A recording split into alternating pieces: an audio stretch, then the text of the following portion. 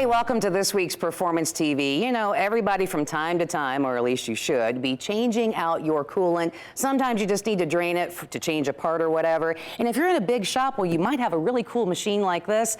But if you're like me and just doing it at home in your shop, well, you gotta have wet hands and let gravity do its job. But you know what? Wouldn't it be really cool as if you're going to change that coolant and you could go to a waterless product? Well, Evans has just such a product line, and with that, Dave has more. Okay, we've got all of our coolant out of there. Our petcock was pretty corroded from the water that we have in our system.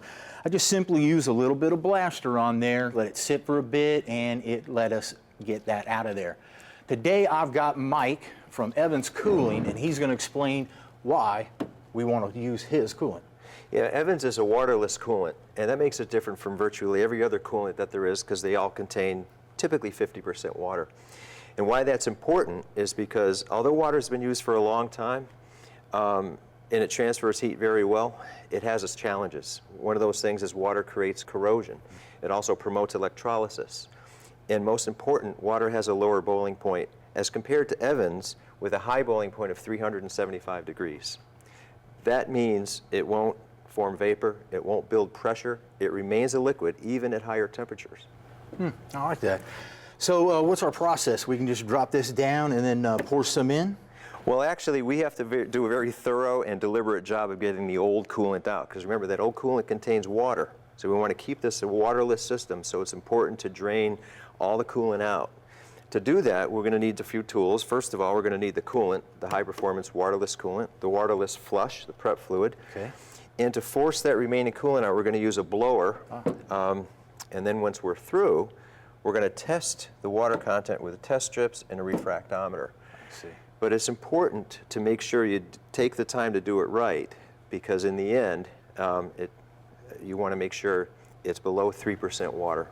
So that water's that corrosive and that bad that even 3% we got to get out. Well, yeah, exactly. You know, especially if it sits there. Now, water-based coolant has additives to protect against corrosion, but over time, those additives fall out. Where Evans remains, those additives remain in solution indefinitely. So Evans will protect your engine permanently and doesn't have to be changed out. So can I put this in any car? Yeah, actually, you can put it in any kind of vehicle that's liquid-cooled. And it's important because you can put it in a classic car, a muscle car, a hot rod, race cars. I think where performance, protection, preservation really matter, this is where Evans comes in. Well, let's go ahead and pour some in. Sure. Well, actually, what we have to do first is make sure we put the prep fluid in to flush the system thoroughly, to make sure we remove all the old water and clean out any debris, any additives that are in there. It'll do a good job of scrubbing out that old coolant in preparation for the high-performance coolant. Oh, I see. Okay. We don't want to bore you with 15 minutes of watching a car run, so we'll be back with Mike and his waterless coolant a little bit later in the show. Right now, we're going to take a break. We'll be back with more Performance TV in just a bit. Welcome back to Performance TV. We're back with Mike from Evans Waterless Coolant. What do we got going so far on our 70 Chevelle here? Well, we've drained all the water-based coolant out, and then we've used forced air to blow any residual coolant out of the system, because there's always some of that left behind in the nooks and crannies. Right. Then we filled the system with prep fluid. Okay.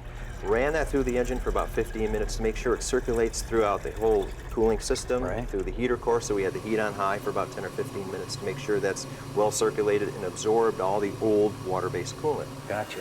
Okay.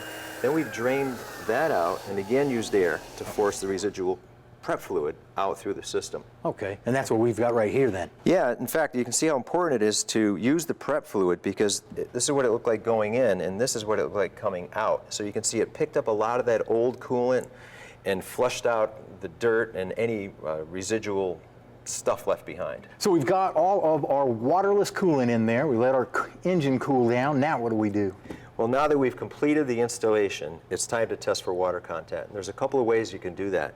First, you can use a refractometer, and it's simple to use. You just take a small sample of coolant, and you put it on the glass plate. You look through the viewer and make sure that the corresponding scale fits the appropriate water percentage that you have. That's one way of doing it. Or you can use a test strip, and it's inexpensive and it's easy to do at home, and you can match up the corresponding color, and you can see from here that we're well below 3%. Once we're through testing water content, then we can put the do not add water decal on the radiator to prevent anybody from mistakenly adding water to the system. It's waterless, we want to keep it that way.